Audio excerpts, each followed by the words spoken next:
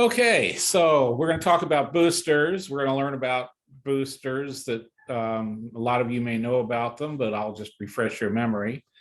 You don't use them a lot in the Minneapolis area, but nuts. Hang on again.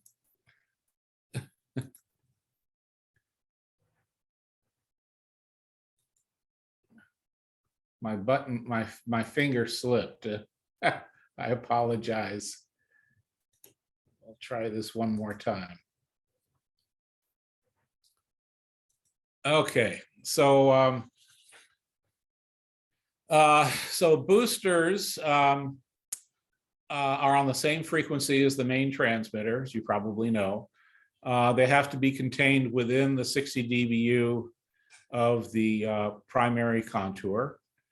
It's secondary status, which means that if you, like a translator, if you create interference to other stations, then you have to resolve that. You can operate the booster at any height as long as it's inside the contour, but it can't be more than 20% of the class maximum power.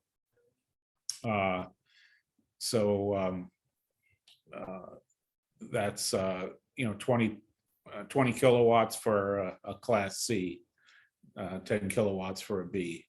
And you can feed them in any manner, but of course you have to have positive control. So over the years, what we've learned, we've been focused on developing and refining boosters for about 8 years now. Some of it before I joined Geo as a consultant, but we have done a lot of work in getting these things to work properly. And these are the items that we've determined we need to really focus on to make them work properly. The carrier and the pilot have to be locked. We use GPS with Synchronocast. Pilot phase has to be matched exactly. That's one thing that people ignored over the years. Modulation has to match within 1/4 of a dB. And if you can distribute digital composite, that's the best way to do it. You can also do it with AES, but you've got to be real careful about setting things and setting the phase and things. Timing has to be accurate within 3 microseconds in the coverage area of the booster, 3 microseconds with reference to the main. And the antenna has to be chosen to keep that delay spread down to that 3 to 5 microseconds. 5 actually works out okay too. We've just started doing HD single frequency network. They've been operating now for a little over a year, and I'll show you some of those. One of the things that we had to determine when we first started doing this was, what will listeners put up with as far as self-interference from a booster? So we used the same subjective test setup that the HD radio folks used, Towson University and Dr. Ellen Sheffield, along with National Public Radio, to get subjective testing done. 19,000 audio samples were evaluated by 80 listeners. We came up with that chart you see on the right there, and the very top of that in purple is the 90% keep-on score. So out of all of those tests, 90% of the people listening in the subjective tests would keep the radio tuned to the radio station. So that's our threshold that we shoot for on all of our design. So now let's go over some of the things that we found and why we have to do some of the things we have to do to make these things work. This is a sample on paper, because no one would do this. This is a booster, theoretically, hypothetically, for WLEY in the Chicago area. You see the main over there on the left, and we did proper timing on it, but we're using an omnidirectional antenna. So the magenta is where it's less than that 90% keep-on score. So That obviously isn't going to work. That's a huge amount of self-interference. If we use a dual log periodic antenna to narrow the beam and keep the delay spread down and point it 180 degrees from the main, you can see that all the magenta goes away. So this is how we make these things work, and they can work without terrain obstruction when you do them right. Can't use too much power. This is what happens if you use too much power. You get interference along the outside because your timing is beyond that 5 microsecond limit to keep the interference down. If you tilt it too far to the north, this is just a few degrees off from optimum. You get interference to the north. If you point it too far to the south, you get interference to the south. The optimum timing is 90 microseconds. If you only change it to 78 microseconds, you create a ton of interference right in the main beam where you're trying to cover. If you make it too long, 100 microseconds, that's only 10 microseconds out of sync, you create a bunch of interference. So pretty tight tolerances to get these things to work. Since we can't use additional power, we put in additional nodes, additional boosters. And so of course they all have to be timed to each other and to the main. So it gets a little bit hairy, but we have software to do all of that. And this would be a system that we would put in to cover the entire target area in Chicago for the station. So max casting is what we call this. It's fully synchronized, single frequency network. As I mentioned, we specialize in working on that. We believe about 80% of FM stations have impaired coverage in the licensed service area, and rimshot stations are even more concerned with this because they typically don't get 60 dBu where their 60 dBu contour says they get 60 dBu. This is a way to recapture that lower signal. Obviously, low signal in your prime coverage area creates lower revenue and lower signal decoding on the ratings of PPM meters. And so we've been able to prove that the max casting system works, and the business results speak for themselves. So now we'll get into a little bit of the nuts and bolts of how we make these things work. We use the WorldCast MC5 with Golden Ear to evaluate the signal and the signal quality in the coverage area. We have a proprietary design for it's actually a modified software version of the ATDI ICS Telecom. That's the software that most cellular companies use to come up with their propagation models. We had them work with us to create a special propagation model for FM, which I'll get into in just a second. We're also starting to use the Nomad measuring system for HD, RDS, first, second adjacent quality interference. And to show you how well this stuff works, on the left, you can see that's a drive test. You've probably seen those before. We take that drive test information, we plug it into the ATDI software, and it does a correlation using that special propagation model that we use, the ITU 525, 526, with Daegu diffraction and subpath and ground reflection. So it's quite a mouthful. It's harder to say than Longley rice, but it works a lot better. And what you can see there on the what looks like an oscilloscope display or something, the yellow is the measured signal, which is plugged into the ATDI, and it adjusts the propagation model, the theoretical propagation model, with the field propagation, and we get correlation that you see there. The yellow is measured and the green is predicted, and that's a better than 95% correlation. So we can be extremely confident about what we're measuring in the field and what we can generate as far as results.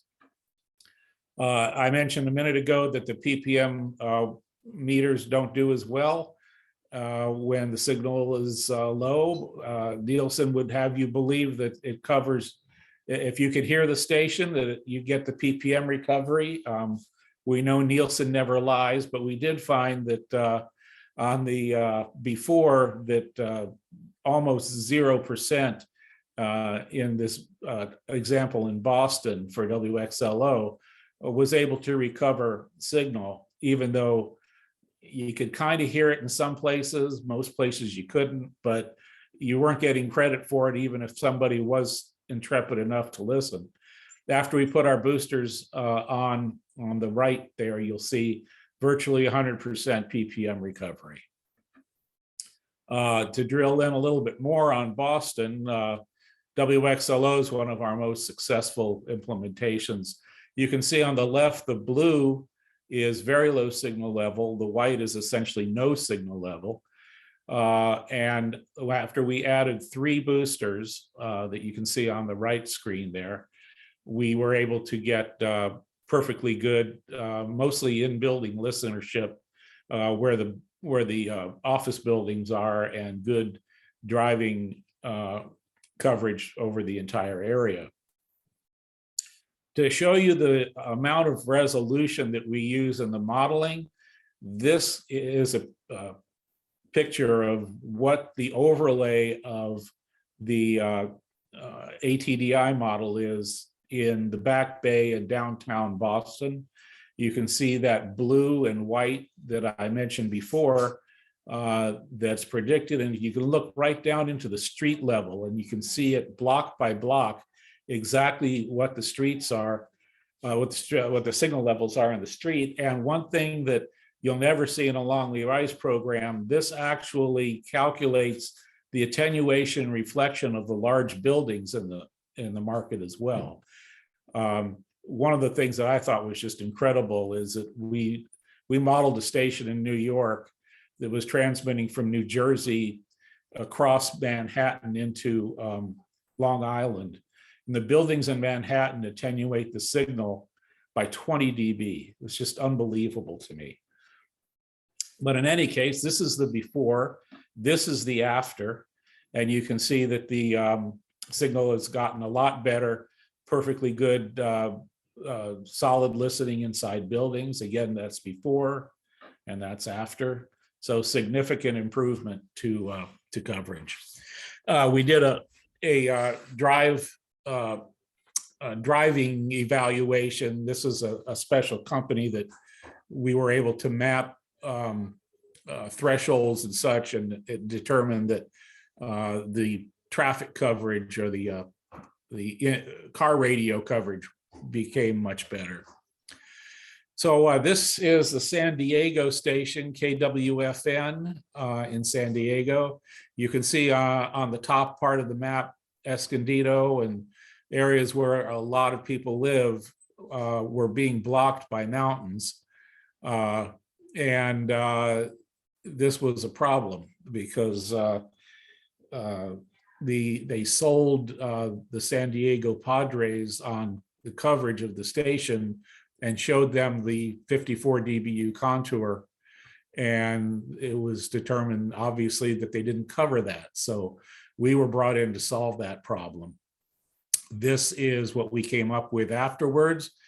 The white area in the middle there is uninhabited mountainous parkland. So we didn't bother with a booster there, but as you can see, that whole area lights up. One of the things that you might find interesting is, in this case, the owner of the San Diego Padres gets his own booster, KWFN FM1, because he didn't get really good signal in his home, so we got him his own booster. They could have got him a better radio, but they decided to just get him his own booster.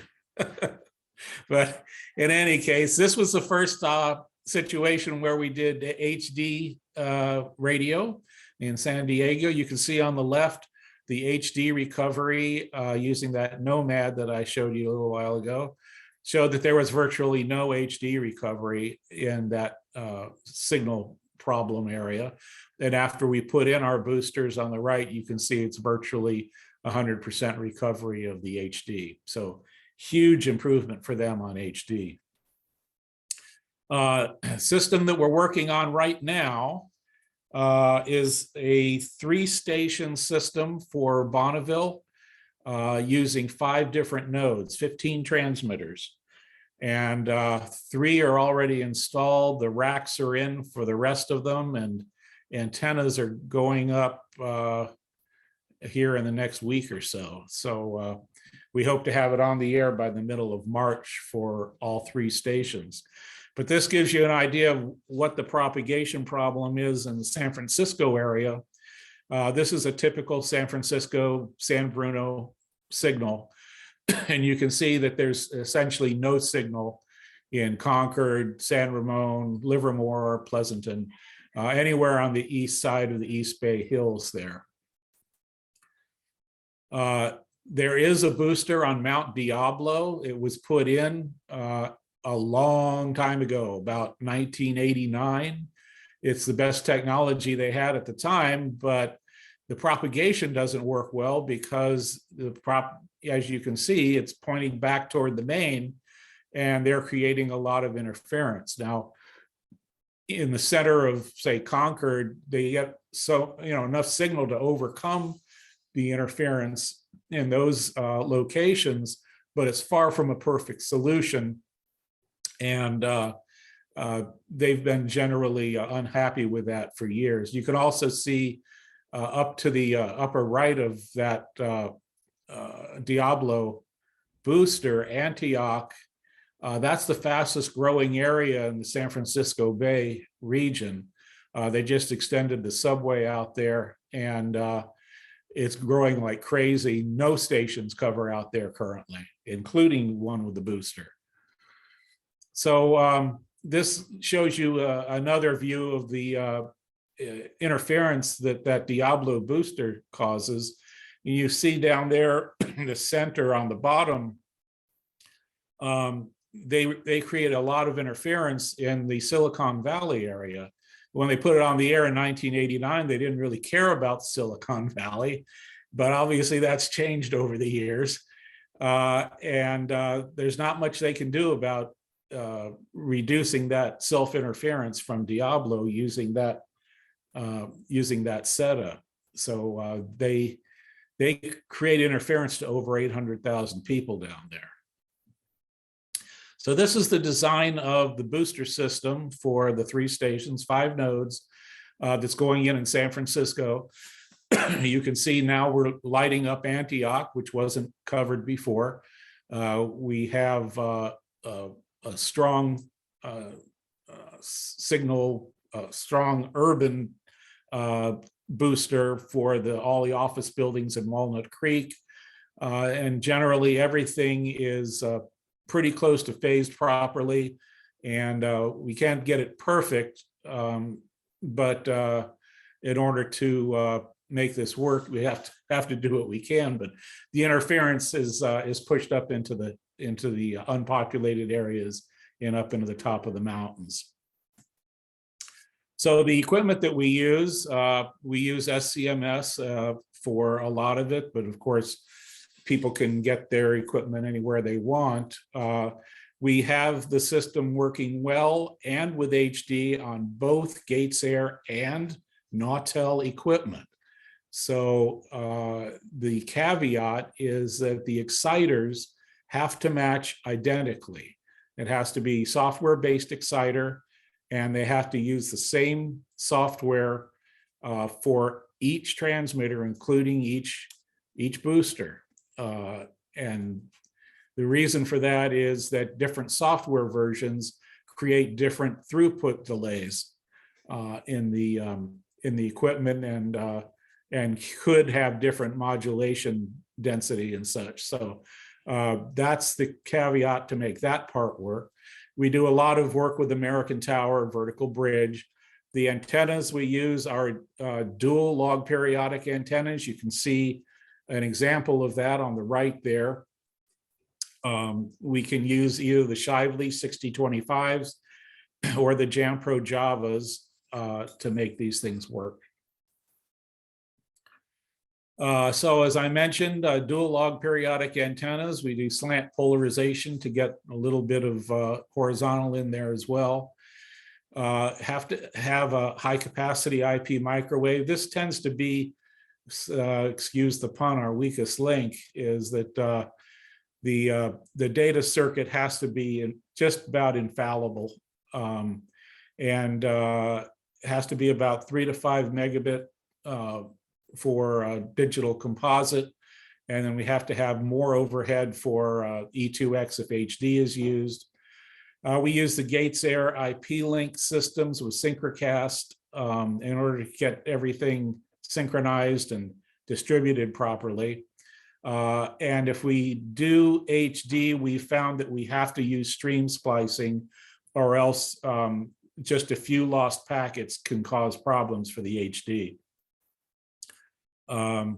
As I mentioned, we have HD operating KWFN, WKVB, which is EMF in Boston, and KSBJ in Houston. So we talked about fully synchronized boosters.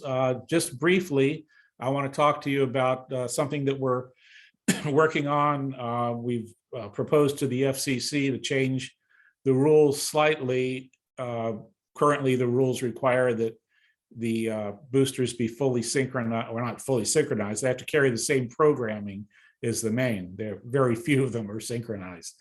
But in zone casting, we're asking that for 5% of the time, we'd like to run separate programming so that we could do specialized targeted commercials, targeted weather, targeted traffic, and that type of thing. And we've gotten a lot of interest in that. In order to make this work, since we can't synchronize the modulation, we set it up so that if you're traveling through a transition from the main to the zoned area where the booster is, you go through that transition very quickly. It's just a few seconds going through that, and it just sounds like the audio changes. It doesn't sound like a ton of interference. We just finished doing tests in San Jose, and we're doing tests as we speak, I believe, in Jackson, Mississippi. To show you basically how this works, this is a typical application for a booster. This is in Pleasanton in the East Bay of San Francisco. 400,000 people live in that circled area there. A couple of years ago, we put just a regular booster on the air in that area, and you can see that does a very nice job. It's also very contained by all the mountains. We put in a transition area on I-680, which you can see pointed down there, the transition area. That's Interstate 680. That's the only way to get from the San Jose Fremont area into the East Bay, is that one pass. So that makes a nice convenient place for us to set up a transition. So that's what it looks like with the transition in place. We put one antenna pointing back toward the booster for Pleasanton, and one pointing back toward the main. The one pointing back toward the main is quite low power. It's enough to take care of that transition, but not to cause self-interference pointing back toward the main. So it's a kind of a tightrope we have to walk. To show you pictorially how this works, the blue area on the right is the zoned area, and the green is the main area. We did testing with Jack in the Box, and they did targeted advertising for the East Bay, and they were quite pleased with the results. They were able to have one ad for the San Jose area and a different one for the Pleasanton area. This shows you what it looks like the interference going through the that transition on I-680. You can see the red is essentially where you would hear interference. It's a very short stretch. And I have audio. I think, let me just, are you guys okay with, do you have time to listen to some audio? Please do. Okay. I think I had this enabled, but hopefully you'll be able to hear it. Oh, wait a minute. Let's see.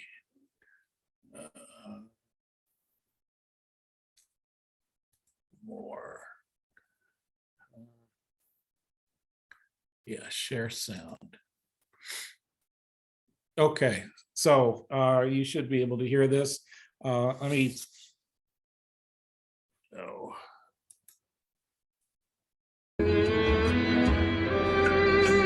Okay, this is what it sounds like going from the main to a booster with HD running max casting. So this is fully synchronized, and this is what it sounds like. You'll only know that it's going through it because you'll see the HD drop out, blend to analog, and then pop back in again. So watch the display screen there and listen, and you'll be able to hear what it sounds like. Or call 510. Sorry, it does that all the time.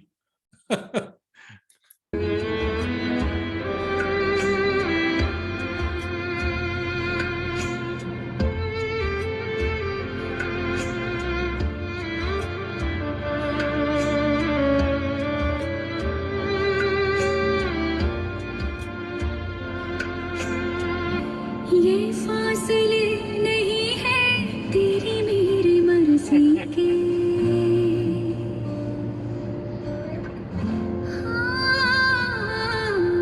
हाँ ये फासले नहीं है तेरी मेरी मर्जी के ये तो So you can see it's pretty darn seamless. You don't hear static and interference and distortion. So we've got it so that it works pretty darn well.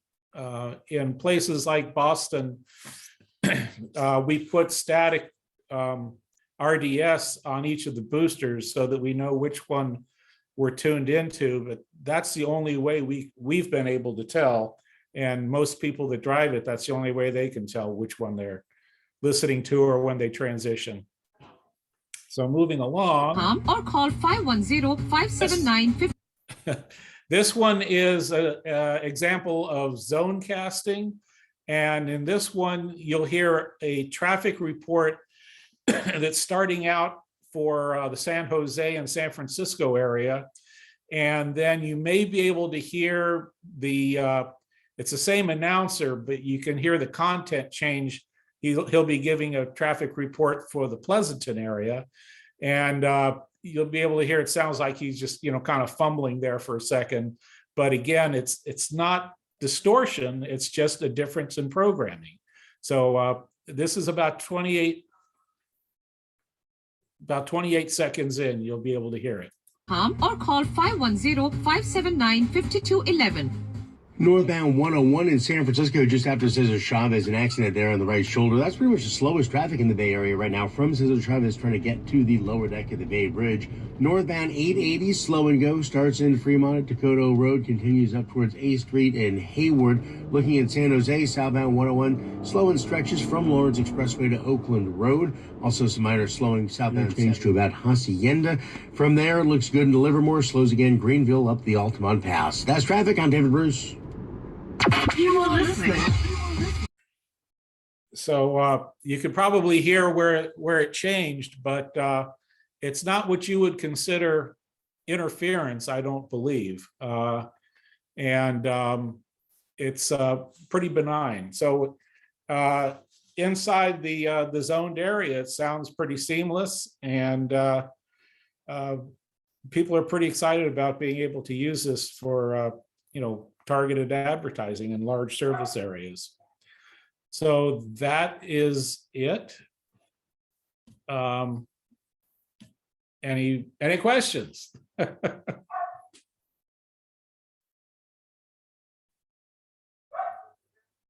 Ooh. Could you? Uh-oh.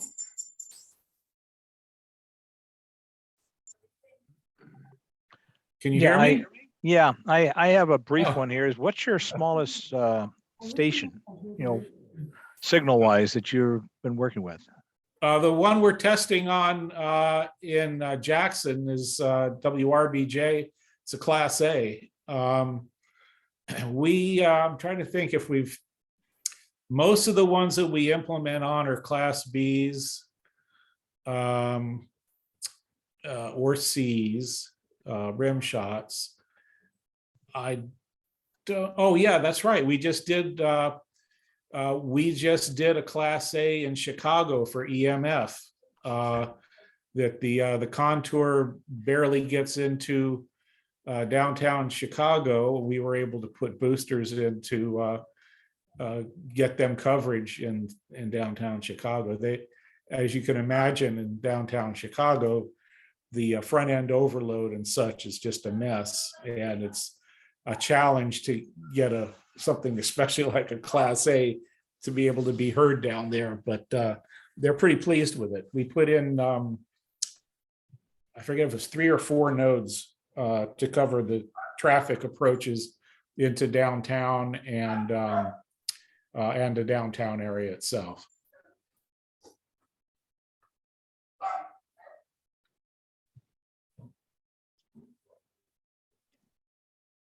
And once you've had it set up, does it take a while? Do you have to kind of go back a couple more times to get everything to get stabilized, if you want to use that word?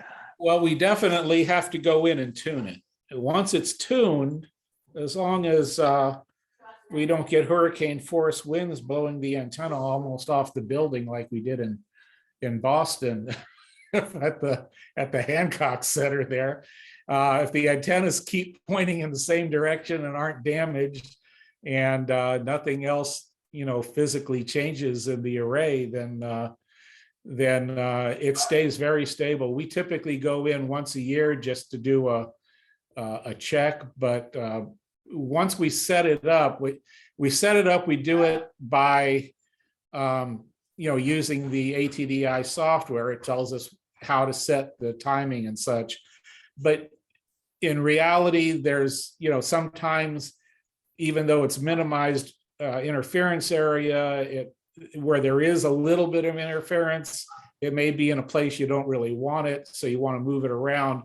We send a team of guys with all of our test equipment and such out to tune each of these facilities up. It takes about a day or 2 of driving the market and carefully listening and fine tuning the timing to make these things work.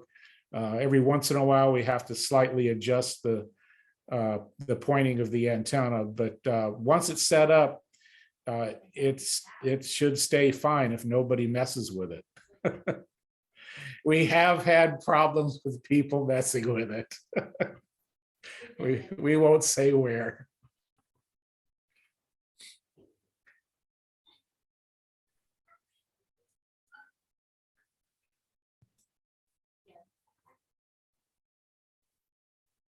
So, anything else? Everyone's so quiet.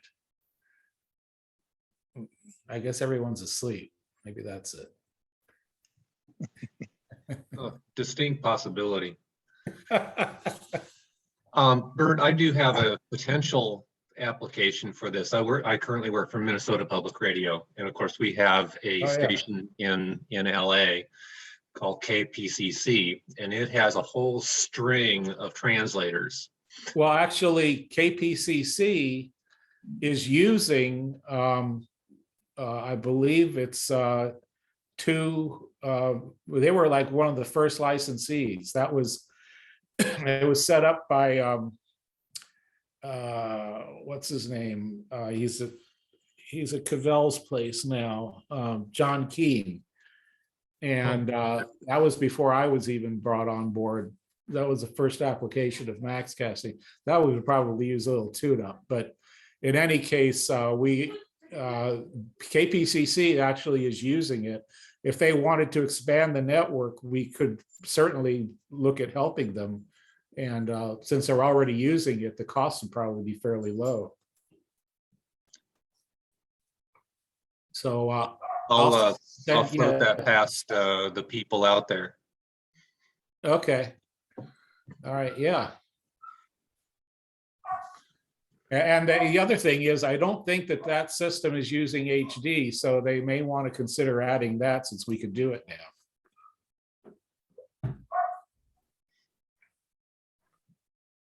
When they added it, that you couldn't do HD on it.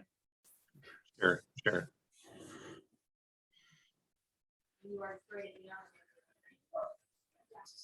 So that's it. Now you know all about how it works.